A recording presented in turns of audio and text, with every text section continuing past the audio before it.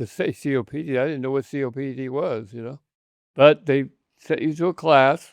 They told you how to do certain breathing exercises, and they also gave me an inhaler, which I take every day, called Breo, and that inhaler helps put particles in my lungs to help me breathe. It kind of clears it up, kind of like let's say, a pump on a car, and get all the bad stuff out and get the good stuff in. So I do it every day. The only problem with steroids cause you can't sleep. You have all kinds of other things happen when you start doing that kind of stuff. The skin gets real thin. So Breo, you guys, is a long-acting beta agonist and an inhaled corticosteroid combined together. Right. So again, when you look at COPD, look at the management of it.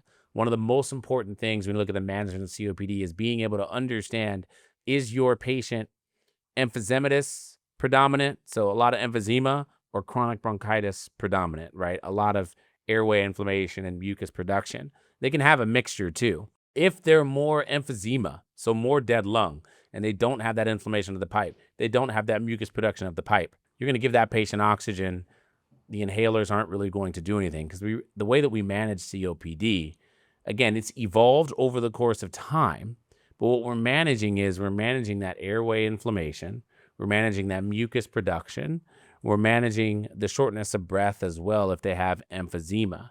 And so here is how we actually manage it. So in patients that have COPD that do not exacerbate and they just have shortness of breath, you're going to give them a long-acting beta agonist and a long-acting muscarinic antagonist.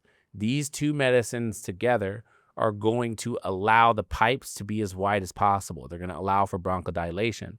The other thing you're going to do is you're also going to give these patients oxygen if they desaturate less than 88%, either with exercise or on room air. These are the two things that may help these patients. If a patient has a tendency to get pneumonia or to get exacerbations, that is, they're producing a lot of mucus, they're coughing a lot, they're in the hospital like Tom has been, your management strategy changes a little bit. This is where you're going to think about adding that inhaled corticosteroid to that long-acting beta agonist and that long-acting muscarinic antagonist, right?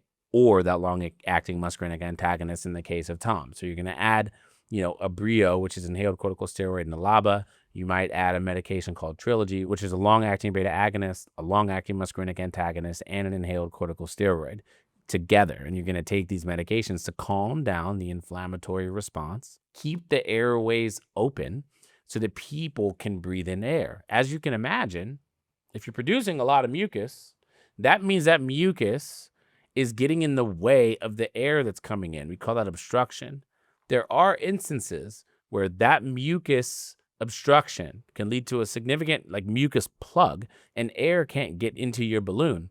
That causes hypoxemia, so your oxygen level goes down. This is why we don't like that significant amount of mucus production in these patients.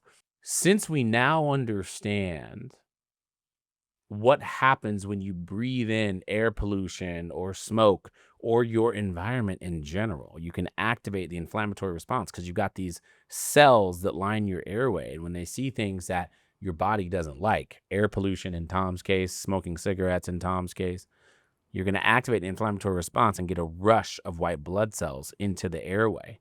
Now, when you get that rush of white blood cells into the airway, that's when you start getting symptoms. What's the biggest symptom that you have, Tom?